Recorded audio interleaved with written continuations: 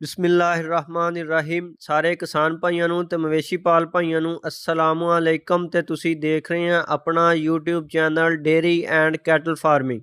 ਅੱਜ ਮੈਂ ਆਪਣੇ ਕਿਸਾਨ ਭਾਈਆਂ ਲਈ ਇੱਕ ਨਵੀਂ ਵੀਡੀਓ ਲੈ ਕੇ ਹਾਜ਼ਰ ਹੋਇਆ ਹਾਂ, ਜਿਹਦੇ ਵਿੱਚ ਅਸੀਂ ਅੱਜ ਗੱਲ ਕਰਾਂਗੇ ਜਾਨਵਰਾਂ ਦੇ ਵਿੱਚ ਗਰਮੀ ਦਾ ਤੋੜ।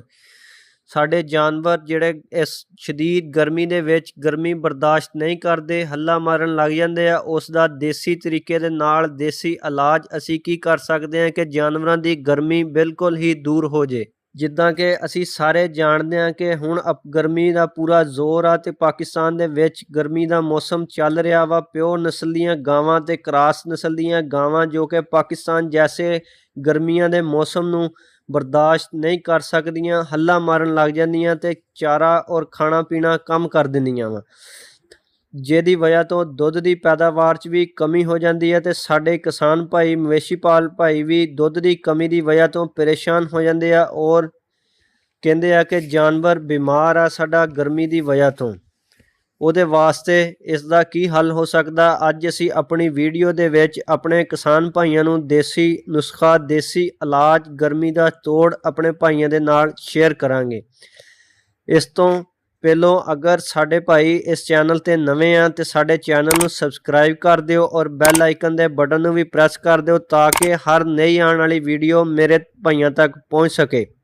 ਅੱਜ ਦੇ ਸਾਡੇ ਨੁਸਖੇ ਦੇ ਨਾਲ ਜਾਨਵਰ ਦੀ ਗਰਮੀ ਵੀ ਨਹੀਂ ਰਹੇਗੀ, ਜਾਨਵਰ ਖਾਏਗਾ ਵੀ ਜ਼ਿਆਦਾ ਔਰ ਇਨਸ਼ਾਅੱਲਾ ਦੁੱਧ ਦੀ ਪੈਦਾਵਾਰ ਵੀ ਜ਼ਿਆਦਾ ਹੋਏਗੀ। ਤੇ ਹੁਣ ਅਸੀਂ ਚੱਲਦੇ ਹਾਂ ਆਪਣੇ ਅੱਜ ਦੇ ਦੇਸੀ ਨੁਸਖੇ ਦੀ ਤਰਫ। ਸਭ ਤੋਂ ਪਹਿਲੋਂ ਅਸੀਂ ਲਵਾਂਗੇ ਜੀ 200 ਗ੍ਰਾਮ ਬੇਸਣ। ਦੂਸਰੇ ਨੰਬਰ ਤੇ ਅਸੀਂ ਲਵਾਂਗੇ ਜੀ 250 ਗ੍ਰਾਮ ਸ਼ੱਕਰ। ਤੀਸਰੇ ਨੰਬਰ ਤੇ ਲਵਾਂਗੇ ਜੀ 100 ਗ੍ਰਾਮ ਛਿਲਕਾ ਇਸਬਗੋਲ। ਇਸ ਤਿੰਨਾਂ ਚੀਜ਼ਾਂ ਨੂੰ ਅਸੀਂ 4 ਤੋਂ 5 ਲੀਟਰ ਪਾਣੀ ਵਿੱਚ ਮਿਕਸ ਕਰਕੇ ਮਿਲਾ ਕੇ ਅਸੀਂ ਇਹਨੂੰ ਰਾਤ ਰੱਖ ਦਿਆਂਗੇ ਔਰ ਸਵੇਰ ਉੱਠ ਕੇ ਜਾਨਵਰ ਨੂੰ ਨਿਹਾਰ ਪੇਟ ਇਹਦੇ ਵਿੱਚ ਮਜ਼ੀਦ 100 ਗ੍ਰਾਮ ਗਲੂਕੋਜ਼, 2 ਪੈਕਟ ORS ਦੇ ਡਾਲ ਕੇ ਅੱਛੀ ਤਰ੍ਹਾਂ ਮਿਕਸ ਕਰ ਲੈਣੇ ਆ ਔਰ ਜਾਨਵਰ ਨੂੰ ਖਾਲੀ ਪੇਟ ਲਗਾਤਾਰ 5 ਦਿਨ ਅਸੀਂ ਜਾਨਵਰ ਨੂੰ ਪਿਲਾਵਾਂਗੇ ਤੇ ਇਨਸ਼ਾਅੱਲਾ ਜਾਨਵਰ ਹੱਲਾ ਵੀ ਨਹੀਂ ਮਾਰੇਗਾ, ਗਰਮੀ ਵੀ ਨਹੀਂ ਮੰਨੇਗਾ ਔਰ ਦੁੱਧ ਦੀ ਪੈਦਾਵਾਰ ਵੀ ਵਧਾਏਗਾ। ਤੇ ਇਹ ਸੀ ਸਾਡੀ ਅੱਜ ਦੀ ਵੀਡੀਓ ਜਿਹੜੀ ਆਪਣੇ ਕਿਸਾਨ ਭਾਈਆਂ ਨੇ ਜਾਨਵਰਾਂ ਦੀ ਗਰਮੀ ਦੇ ਤੋੜ ਦੇ ਬਾਰੇ 'ਚ ਬਣਾਈ ਗਈ ਆ। ਅਗਰ ਮੇਰੇ ਭਾਈਆਂ ਨੂੰ ਸਾਡੀ ਵੀਡੀਓ ਅੱਛੀ ਲੱਗੀ ਹੋਵੇ ਕਮੈਂਟ ਕਰਕੇ ਲਾਜ਼ਮੀ ਦੱਸਣਾ ਔਰ ਸਾਡੀ ਵੀਡੀਓ ਨੂੰ ਜ਼ਿਆਦਾ ਤੋਂ ਜ਼ਿਆਦਾ ਸ਼ੇਅਰ ਕਰਨਾ। ਸ਼ੁਕਰੀਆ।